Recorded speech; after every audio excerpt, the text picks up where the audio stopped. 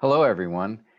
I thought I would send you just a brief video update. I've been thinking of different ways and how to reach out to you specifically, being such a faithful supporter of the ministry we're doing and training pastors. And um, I thought what the best way to do it, given what's happened in the last year, is to record it on Zoom. Basically, it has been an unusual year. My last trip the last trip I was able to take overseas was in Malawi and also in the Philippines. I did one of my around the world tours. And the last time I was there, I was spending time with these men in Malawi, training a class on soteriology and doing some other things.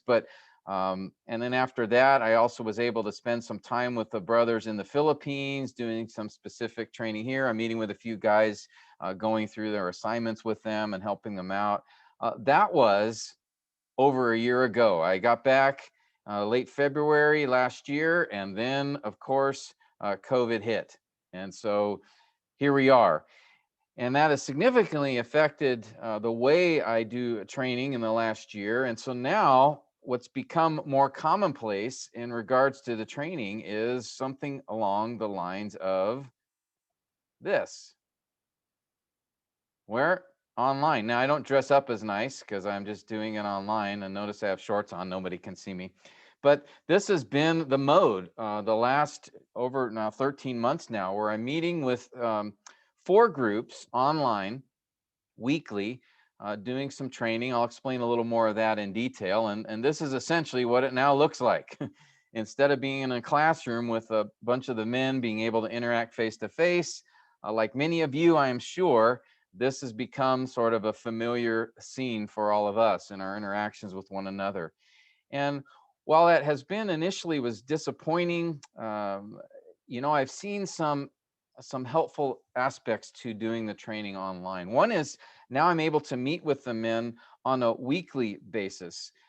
As opposed to before, I'd go out for an intense week, a week-long training, would be there for 6 days and lots of instruction, but it'd be a lot of interaction and fellowship. But now, doing this training with these groups, I'm doing it weekly, so there's a more consistent interaction with one another. And I've noticed a lot of other things have come up during the training, pastoral ministry questions, personal concerns or issues, questions that they have about things that are going on in the churches. And so in one way, being able to do the online training has had some advantages, but really at the end of the day, it cannot replace that face-to-face interaction. But I am thankful for at least an alternative that has been helpful in many ways. And so what I've been doing is, as I mentioned, I have 4 groups that I'm training right now.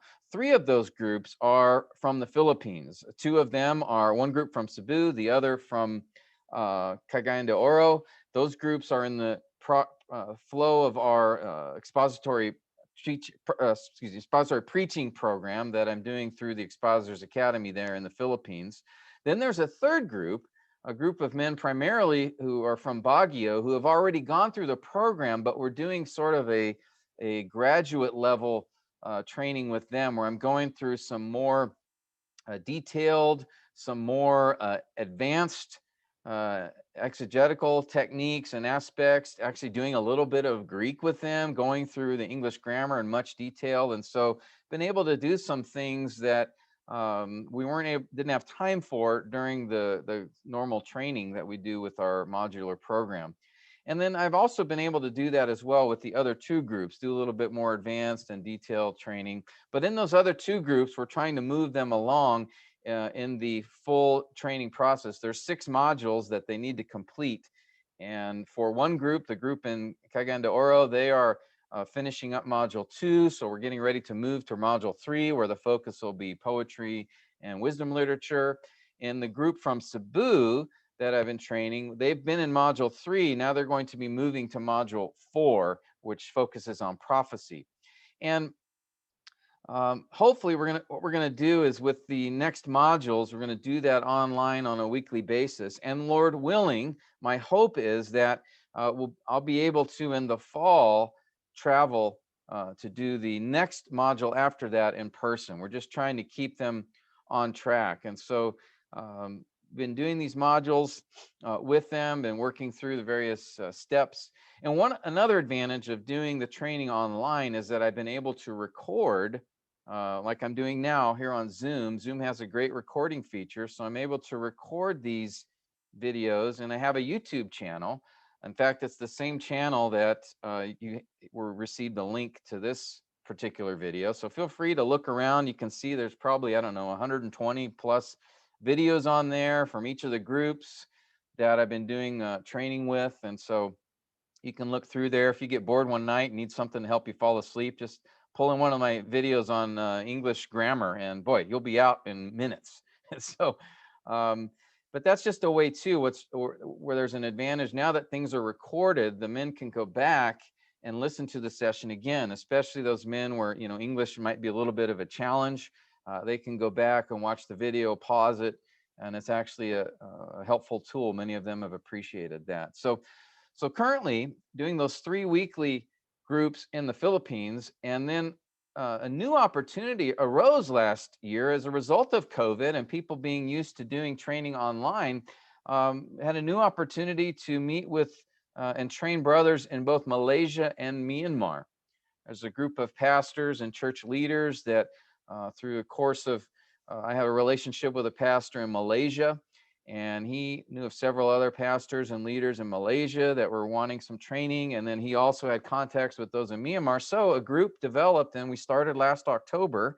And we are also meeting weekly, going through the training them in expository preaching. We are currently still in the first module with them, focusing on epistles and the fundamentals of expository preaching. And so that's been a neat opportunity. Also, I've had opportunities outside of those countries. Indonesia is one that came up recently back in November, December timeframe. I had the opportunity to participate in a conference on expository preaching with a few other men.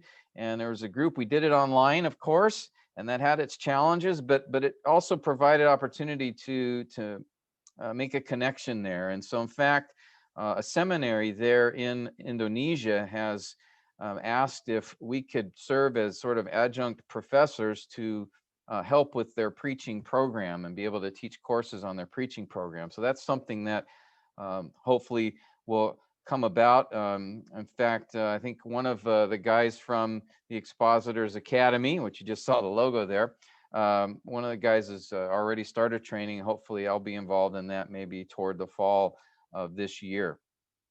Still looking for other opportunities, potential opportunities in Indonesia, in Vietnam, Cambodia. Those are some possibilities that are coming up. But one really exciting one that, Lord willing, will be starting up some training next month in May is in Pakistan. And in Pakistan, I met a brother in the Philippines, actually, brother Pastor Morris. He was a brother who was in the Philippines going to seminary there because there wasn't anywhere in his home country that he felt he could get solid training. So I met him at a church there in the Philippines several years ago. We began developing a relationship together. He'd been asking me to come out, do training in his country, and just circumstances didn't allow it. Well, with COVID and the focus on online training, a door began to open, a possibility to be able to do that. In addition, for me moving to full-time training, that the time I was then freed up to be able to do that. So here's just one picture of my interaction with Pastor Morris as we were talking about possibilities in training. And in these interactions, he had asked me to do a couple of conferences in country where he would gather the people together, and then they would bring me in online. And here's just a couple of posters of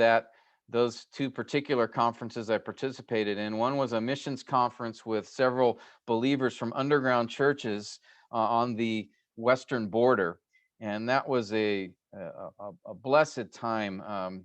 I'd love to be able to just spend more time telling you all of my experiences with that. It was very humbling, very sobering, just to hear their stories of the challenges they face and truly having to be careful, to be underground. In fact, several of the folks that were part of that conference had mentioned During the conference, that was the first time they were able to sing out loud with fellow believers in 2, 3, 4 years.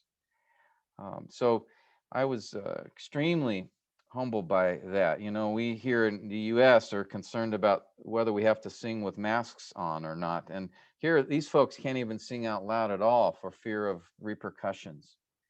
Was also able to do in December another conference on expository preaching. About 200 pastors, Pakistani pastors, showed up to that conference. And again, I was teaching via online with a fellow brother, Devraj, from the Expositors Academy in the Philippines. And so that has sort of allowed for his door of opportunity to open, to be able to do training with the men specifically. And so with a lot of administrative issues, a lot of issues regarding Morris being persecuted has brought some challenges. But thankfully, I think we're at a point where, Lord willing, next month in May, we'll be able to start training 20 or 25 men from around the country to training them in expository preaching. One of the challenges there has just been raising enough funds to get things started, because there's just not a lot of financial means there in the country to do that. So if you could be praying for that. In fact, I have several prayer requests I wanted to just end this video with. One being, if you could pray for that opportunity in Pakistan, pray for the pastors there who are suffering much persecution. Pray that they would be encouraged, protected, and also pray they'd be able to have the funds necessary to participate in the training. Secondly, please be praying for our brothers in Myanmar, brothers and sisters in Myanmar, who are under significant challenges with the military coup that has taken place a couple of months ago. They were already struggling just with all that happened with COVID and the challenges getting food and jobs and those things, and the military coup just made it much, much worse.